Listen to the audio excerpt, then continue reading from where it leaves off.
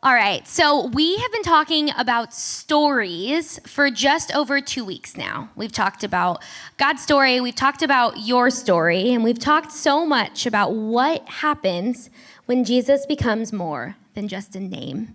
The tagline on this is it's the greatest story ever told. And that's going to be about Jesus. And so as we dive into tonight, I want to ask you guys a few questions. If someone were to ask you, hey, what's your story? Would you be able to tell them with confidence? Do you think that your story even matters? Do you know who the main characters are? Where are you at in the plot? Have you had a character arc yet? Who are the series regulars? Who are the villains? Are there love interests? If someone were to ask you about your life, what is the first thing that you would want to talk to them about? And I think for a lot of us, whether you believe your story matters or not, there is intrinsic value in the way that God has planned your life. Not everything on that is exciting and fun. There's a lot of heartache and a lot of hurt because of the broken world that we live in, but there is so much value in who you are through Jesus. And so as we talk about this, I want you guys to start thinking through, like if someone were to ask you, what is your story with Jesus? Would you be able to answer that question? A few weeks ago, 2 weeks ago, Austin talked about why your story matters. He followed it up this past Wednesday, telling us a little bit about his story and what it's like to wait in the lobby of Disneyland when it comes to your Christian faith. If you missed it this Sunday, Sierra talked about her story and how she was looking to numb and found healing when she sought out Jesus. And for me, in my story, we're going to talk a lot about the idea of brokenness. And so I just want to give you guys a little insight kind of into who I am, a little background, if you will. I by no means have the hardest story that you've ever heard. It's not going to be anything crazy, but there's a lot of crazy things that happened in this really particular season of my life that kind of forced me in a lot of ways to step out of living for myself and into living for the Lord. So background for you guys, I'm a church girl through and through, was born and raised in the church. My parents accepted Jesus at the age when I was 4, and so I've grown up coming to church. I got baptized in 8th grade here in 2020, which was so awesome and so cool. I was homeschooled 1st through 8th grade, and then my parents said, no, that's enough, and they sent me to Castro Valley High, go Trojans, graduated from there. Yeah, it's crazy.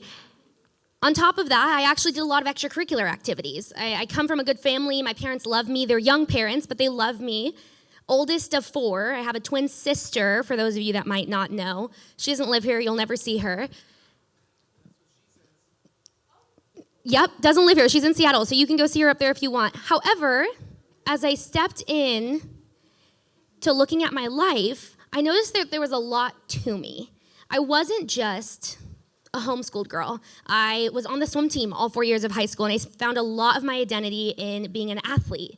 I was on a soccer team for the first 3 years of high school. I was in the musicals at Castro Valley, so I had this creative side to who I was. I was really involved here at the church. And if you talked to anyone, they would call me the good Christian girl. That was kind of that was my name. It was my reputation. It was who people knew me to be. And so I spent a lot of my time at this church and a lot of my time in services just like the one that you're in right now. I got to ref Kajabi. I got to hang out with the junior hires, and I got to do all of these things that would make me look just like a Christian. And I became really good at it. I mean, I learned how to skate by with all of the church answers. I knew the right Bible verses, but I never actually spent time in the Word. But by all other standards, my life was really, really easy until my senior year of high school, into my freshman year of college. And that's when so much of my life, by my standards, started to fall apart. And so that's kind of what we're going to talk about tonight. Does anyone like to play board games? I know it's kind of a lame thing to ask. Does anyone like Jenga? Have you guys heard of Jenga? All right, cool. So I brought Jenga from my house today. Yeah, we can play it after Omega. But I want you guys to think about Jenga, and I'm going to tell you guys a little bit of a story as we talk about it. Let's hope this doesn't fall over. This could go really poorly.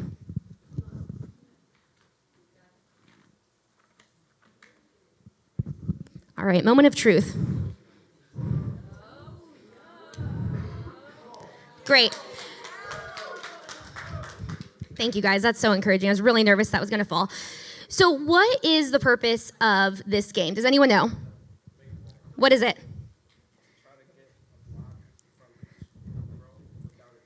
So you have to take out one block. That's how the game is played. You take out one block. Go for this one in the middle. You pull it out, just like that, and then you build another level. So for this message, I actually spent a lot of time looking into how this game was created.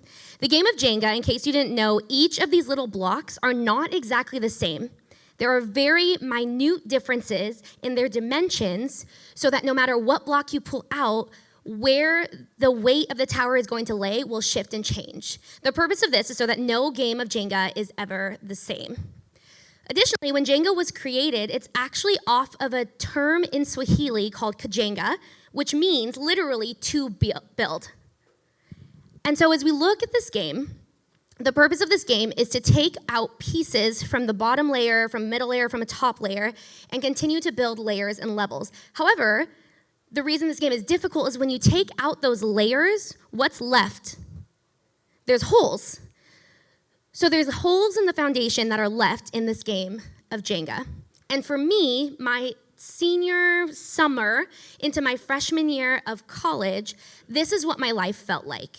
And it's not so much that my entire life fell apart, but for this purpose, this is going to be my identity. So this is the wall, the building that I had that built up who I was and who I saw myself to be. And because of that, I had this really tall tower. I had the idea of being an athlete. I was smart. I was likable. I wasn't like the most popular person in the world, but I had good friends. And each thing that we'll go through in just a second, this is what happened the summer after I graduated, or just about. We're jumping in at senior ditch day. So for a lot of you that are seniors, I don't know, does Redwood do something like that?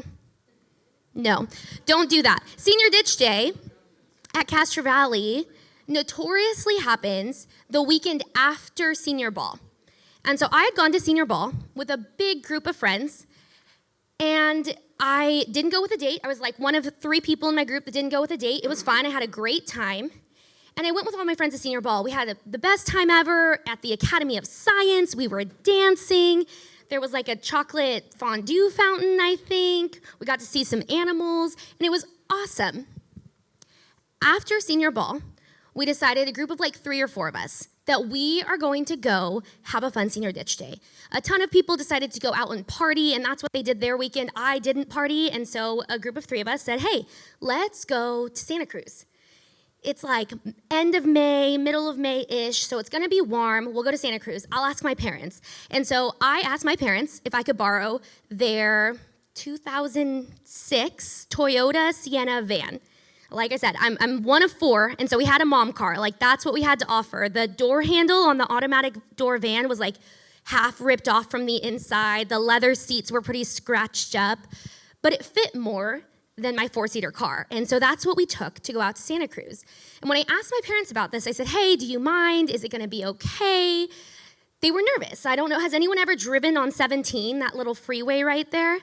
It's scary. If you've never driven it before, and I was 17 at the time, if you've never driven it before, it's actually a really scary thing to drive. It's pretty narrow, people take it really fast, there's twists and turns.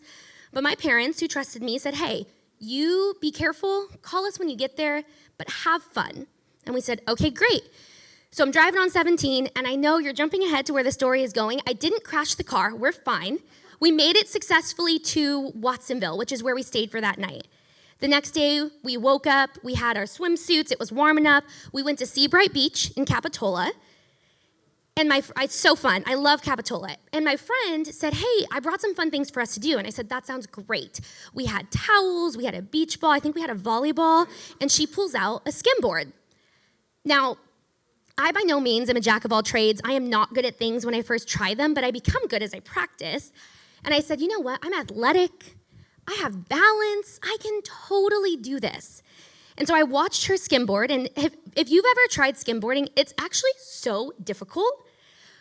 But I told myself I was gonna learn it. I watched her learn how to do it. I threw the skimboard down as the wave like crashed into the sand and started to go back out into the ocean. First time, the board like nosedived and it like hit me in the shin. It was fine. Tried again. This time it started to skate on the skim of the wave. The third time I tried it, I said, okay, I'm gonna step onto it this time because that's how you learn, you progress. So I threw this board down. Again, the wave goes back out into the ocean. It lands perfectly on this little wake of water, and I go to jump on it. And I jump on it, nailed it, until it started to move. And that's when the skimboard, my weight was on my right foot, the skimboard went out towards the ocean, and the whole rest of my body went up towards the beach. And in a matter of a moment, I heard a pop, and I was on the ground. I was like, it's fine, I've sprained my ankle before. Got up, couldn't put any weight on it. Tried to get up again, couldn't put any weight on it. And the more time I spent thinking about my ankle, the more that it started to hurt. Now, this is my right foot. If you guys are driving, that's the foot that you drive with. And my sweet friend Lauren, fireman carries me from the bottom of this wave up the beach, which is uphill, back to our van, and then drives my parents' van back to our house for us, which is awesome. She was great. I went to the doctors the next day. X-rays confirmed my ankle is broken. Now, again, it's not the end of the world. I've broken bones before, but for me, this was another one of these blocks that I actually was like, okay, this is gonna take out of my identity, because what this did is that screwed up my summer. I was one of 700 students on crutches when I graduated, and me being on crutches meant that I couldn't do my summer job, which, if you guys are doing this, for me, I was a lifeguard, I was a swim instructor, and I had been doing that since I was 14. And so for me, I felt like I was robbed of this summer after high school. I was robbed of this freedom. I couldn't drive. I couldn't go to the fair with my friends. I couldn't work. I was stuck at home with this massive cast on crutches. And again, that's not the end of the world. We're learning to be resilient. I'm learning to grow. It's all good and well. But then things just kind of continued to pile on from there. And so first and foremost, my job was taken away from me. That is just like a piece of me that had so much weight in. My body was taken from me because I couldn't walk. Next thing that happens is later on that summer, I watched as people started to fail me. I was dating this guy. It was like the first Christian dude I have ever dated. And in my head, like good Christian girl, I'm like, oh my gosh, he's the one. This is gonna end so well. He's gonna propose when I turn 20. We'll get married when I'm 21. And then life is gonna be just grand. We're both serving in ministry together. This is gonna be the best. Trying to find benefits, trying to find positivity in a really sucky situation. And lo and behold, about a month after I got off of crutches and was walking and my foot was healed, he comes over to my friend's house and asks me to come outside. I was like, yeah, for sure, no worries. We sit and we talk, and he says, I just don't think that this is working out. And I was like, well, what do you mean?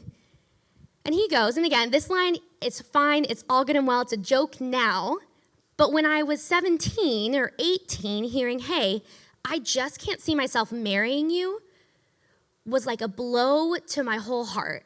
It's like, well, what's wrong with me? What do you mean you can't see yourself marrying me?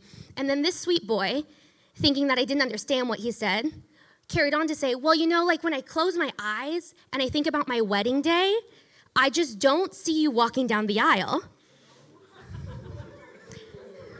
Sick. Love that. And so again, the relationship wasn't long, but it was 4 months. It was my first Christian relationship. And to me, this was just like another brick that I kind of got to carry up to this next level. And so life goes on, and you can see things kind of start to become unstable. But a boy wasn't my everything, and it's all good and well. There's no worries there. Now we carry on as we watch people continue to fail me. Just a few months after he broke up with me, and again, we're serving in junior high youth group together, so I see him every week. A few months after he broke up with me, I'm working at the bakery, which is what my job was after high school, and I get a notification in my apron, and I look at it, I was like, this is so weird, and I have 5 missed calls from my brother and 2 voicemails. And if you've ever had a family emergency, you know that this is never a good sign. And I don't look at my phone at work. We had big rules against it. But I took it out, and I told my boss, hey, I need to take this. She said, go for it. And I remember it so vividly. I was thinking about it on the way up the hill today, listening to the voicemail as my brother, shaking in his voice, says, Anna, I don't know what's going on. You need to come home. Anna, you need to come home. Where are you? Anna, something happened to Papa. You need to come home. And so I left. And I went home, and driving in my beat up little blue Mustang, remember looking at my house on the street that I live and seeing sirens right in front of my house. And at this point, I knew my parents were fine, but my grandpa, my papa, I get there, and all I hear from my parents is he's gone. He wasn't old. Nothing crazy had happened. I mean, he was a smoker and a Vietnam veteran, but my grandpa was so much of the glue that held my family together. He would visit everyone's house. He took me to school in high school. He let me drive the truck for the first time when I got my permit and my license. And he was truly, I love all my grandparents. He was my favorite. And so to lose him so out of the blue was crushing. And again, it's not his fault. He had a heart attack. He's been gone, I think, for 11 years at this point. But it was soul crushing for me. I've never had a death in the family up until that point. And so for me, this was really difficult. And I watched as my family grieved the loss of him. And I've just learned over time that I grieve so differently from them. They were all crying. They wanted to be together. I couldn't cry for the life of me. I was angry, and I wanted to be by myself.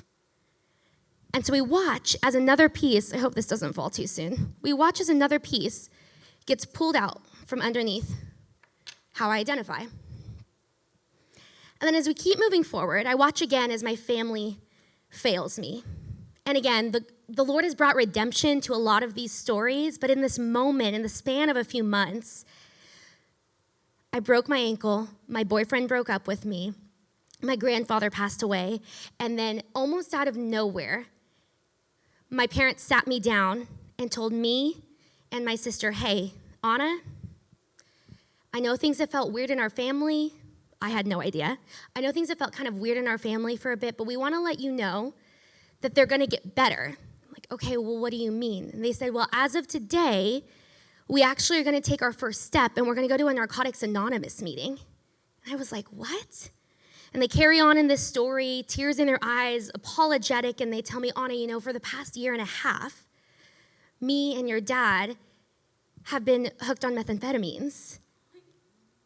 I was like, what? My parents?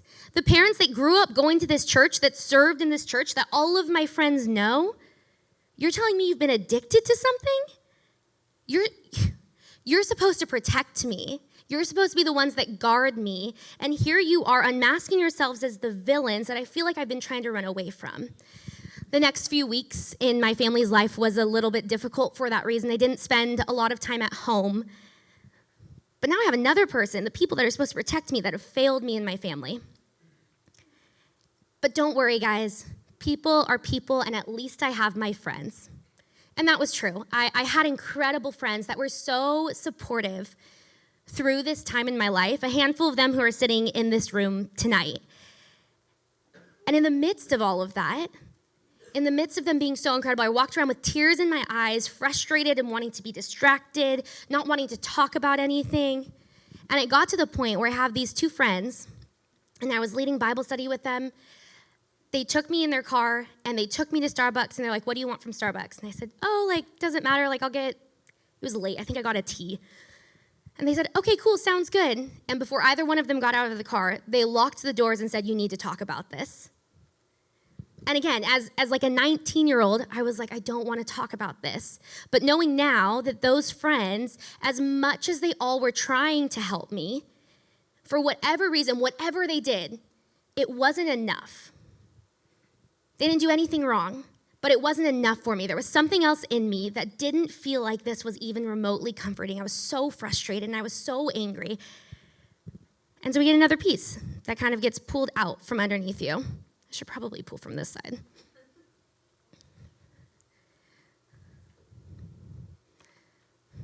And little by little, we watch as this identity of who I am, I'm still building up, I'm still growing, life is moving on, but there's these holes that are making it just a little bit unstable to move forward. And it wasn't until all of these things failed me that I kind of had a breaking point. My identity and life, again, it was this unstable tower that with any blow of the wind could come crashing down. And I didn't do anything crazy. I didn't rebel. I wasn't even mad at God. I was just frustrated with people, frustrated with circumstances. And as I sat and walked around and showed up week after week, waiting for something to get better, that's when I finally remembered, Jesus is supposed to help us with stuff like this. I retreated a little bit from some of those friend groups, not to any fault of their own, just something that my heart needed. And I started spending time with Jesus. I would sit, this cafe was open at that point, so I would sit in the cafe, I would journal for hours. That's when I started reading. I started reading Ecclesiastes, which reminded me that life is but a breath. It's hevel, it's meaningless. And I found comfort in that because I felt like my life felt meaningless. I jumped into Ephesians that talked a lot about living in your purpose, walking worthy in the calling that you've received, and living in unity with the church. And I couldn't put the book down. And before we finish out on what that story looks like, we are going to jump in to a story in the Bible. It's super similar in some ways and really different in a lot of others. If you guys could turn with me to Acts 9. We're going to go over just a few verses. And what I want you guys to look at, 9 verse 4, we're going to go through verse 11. What I want you guys to look at is we're going to pull out a little bit of the structure of how Saul became Paul. And if you guys have never been to church, Saul was this guy that was basically tormenting the church. He hated Christians. So different from my story in that way. Hated Christians, hated being around people that they followed called the way. That's what they called people that were following Jesus at the time. So much so to the point that he went to the high priest, which would be like, in today's day, it'd be like Danny, and said, hey, these guys over here are like making false witness, and I need you to write me a letter that gives me authority to arrest all of them. And he's like, sick, let's do it. So he writes them this letter, and he goes on his way to this place called Damascus. And in Acts chapter 9, verse 4, it says this, and falling to the ground, he heard a voice saying to him, Saul, Saul, why are you persecuting me? And he said, who are you, Lord? And he said, I am Jesus whom you are persecuting, but rise and enter the city, and you will be told what you are to do. The men who were traveling with him stood speechless, hearing the voice, but seeing no one. Saul rose from the ground, and although his eyes were opened, he saw nothing. So they led him by hand and brought him to Damascus. And for 3 days he was without sight and neither ate nor drank. I know I said through verse 11. We're actually only going through verse 9 for right now. And so this guy, Saul, has an encounter with Jesus, and his whole life is changed. I like to call it the ABC. Right now, we're looking in the achieved side of it, right? He was at his all-time high. He was well known by Christians, by non-Christians, as the guy that hated Christians, and that's what he wanted. That was his job. And now he has this encounter with Jesus who stops him literally in his tracks and blinds him. And so he went from being this achieving, high-standing person to now he's being blind. And he can't see for 3 days out of the blue. To me, that would be so crazy. I would be full of fear, anxiety. I would be confused. No wonder he didn't eat or drink for 3 days after that. But what Saul didn't know is in the midst of him being blinded, there was actually something being set up that was going to usher him into this next season of life. He had these friends that, again, I'm assuming they also hated Jesus because they were traveling with him, but they led him to where he was supposed to go. And when he got to Damascus, there was this guy called Ananias, and he was just a warrior for the Lord. If you read on in that chapter, I don't think that we're going to touch on it, but if you read on in that chapter, literally verses 10 through 11, Ananias talks to Jesus and says, God, are you sure that you want me to go find Saul of Tarsus? Do you know he's been killing us? And he goes, yes, I know. I know that he's been killing you, and I want you to go find him anyway. And so this guy, in obedience, walks to go find Paul in Damascus and finds him.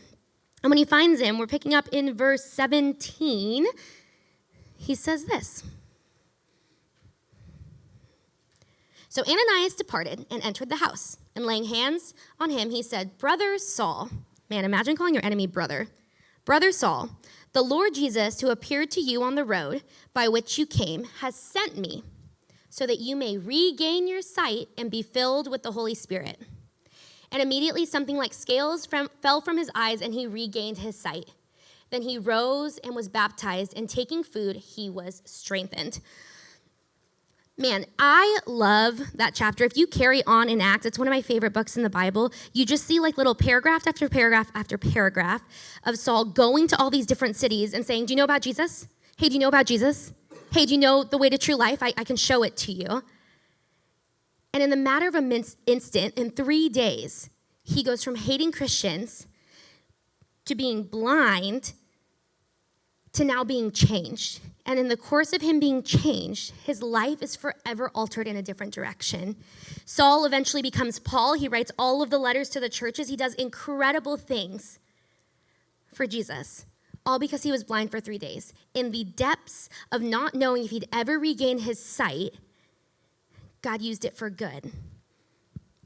And in the midst of him using it for good, he ushered him into a new season of ministry. And for me, being in this season, where we're talking about me being at my absolute bottom, I don't know how to go on. I don't know what's next. I feel like a shell of a person.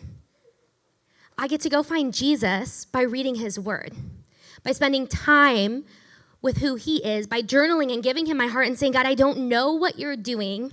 I'm really frustrated. I'm really angry, but I trust that you are good. And so I'm going to keep moving forward. And as we move forward, we're going to bring it right back here to Jenga. As we move forward, the things that I thought were holes in my identity were actually these intentional pieces that God had taken out to start building me in a different way. You think that your identity is in your family? Don't worry. I'm your family. You think that you need a boyfriend? Don't worry. I got you. You think that you are going to go to the NFL, that you're going to go play? Trust me, I have something bigger in store. And these things that I thought were holes in my old identity suddenly became the foundation for who I'm to be in Christ.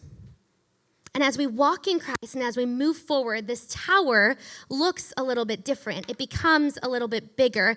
And the coolest thing about this tower, if you guys have heard that verse, it says Christ is our firm foundation. If you've heard the story where it talks about building your life on the rock, Jesus is the rock. No wind will fall, nothing will fail, because we are walking with him. Mark 12:30, I meant to mention it earlier. It says this, you're to love the Lord your God with all your heart, with all your soul, with all your mind, and with all your strength. You see, as a Christian girl, I knew to love God with my heart. And I think knowledgeably I had loved him with my mind. But it wasn't until, because I always have to learn the hard way, it wasn't until everything that I knew felt like it was crumbling around me that I learned to love him with my soul. My soul literally yearned for the peace that surpasses understanding. It yearned for a purpose bigger than myself. And my strength, it took everything in me to carry forward, moving in farther and farther into a relationship with Jesus instead of stepping away, because I remember what it looked like outside of it. And so what I want to remind you guys of, we're going to hit two other verses. There's one in Psalm 16:5. It says, Lord, you alone are my portion and my cup. You make my lot secure. When our foundation sits down here, if you look at these two things together, one looks a lot taller. This Jenga right here, this one looks so much taller. It's stronger than the other thing. The difference here is that building your life on the rock, building your life with Jesus in a firm foundation that will never leave you, will never forsake you, is that no matter what happens in my life, this is going to stay. And the longer that I get to walk with Jesus, the more I watch him build up brick by brick who I am to be in him. And even though by the world's perspectives, this tower is bigger than this one, look what happens when all I do is touch it. If you guys are looking to build your life in anything other than him, I promise you this life is filled with brokenness and with hurt. And following Jesus isn't going to change that brokenness or hurt, but it's going to make sure that your foundation stays exactly where it's supposed to. I've watched now, looking back on that season of my life, and that's not even the hardest thing in my life I've had to go through. But nothing feels like it can break me because I sit with the unbreakable God. And so my question for you guys is, as you try to figure out in high school, man, what am I supposed to do? May you guys find that the Lord alone be your portion, that he may be your cup, that he can make your lot secure. Psalm 18:2 says, the Lord is my rock and my fortress, my deliverer, my God, my rock, in whom I take refuge. He is my shield and the horn of my salvation, my stronghold. The longer that we walk with Jesus, the more that we encounter him. Guys, I've encountered Jesus. Austin has encountered Jesus. Sierra has encountered Jesus. Your counselors, even some of your peers have encountered Jesus. And my prayer for you guys is as you start to figure out what your story is, that you will find that your foundation is set on Christ alone. Everything else will fail you. Everything else will end. Everything else will leave you feeling broken. And so this last song that we're going to do with the worship band is called As You Found Me. Is that right, Gabe? Yeah. As You Found Me. And I want you guys to listen to those lyrics. I looked them up just before I hopped up on stage. It says, you found me when I was broken. You found me in full life. It says, Jesus will never leave you nor forsake you. Paul is an example of that at the most extreme. I am an example of it from a church version. Your story is not meaningless. There is intrinsic power in the way that the Lord destined and ordained your life. We have to live it anyway. And my recommendation for you, my encouragement for you, and my prayer for you is that you will again choose to find it in the foundation that is going to last, so that your identity is not found in things that will fall and falter. May your identity be strong in the Lord. I'm going to pray, and then we're going to jump back into worship. Dear God, as I come before you, man, just so humbled at who you have created us to be. So thankful that I get the opportunity to stand in your presence, to sit with you, Lord. I want to pray for these students. God, we know and we trust that you are doing a big thing in this room, that you are doing a big thing in the Bay Area, and we are just so thankful that we get to be a part of it. And so, God, I pray that the conversations we get to have in small groups will be things that start to build us up, building us up in who you are, not in what we claim to be, not in what we want to be, but in who you have created us to be, Lord, that we are all individually gifted, created with intentionality and with a purpose. Lord, I thank you that you take us as you find us, and as you find us is not how we stay. I thank you for tonight. In your name.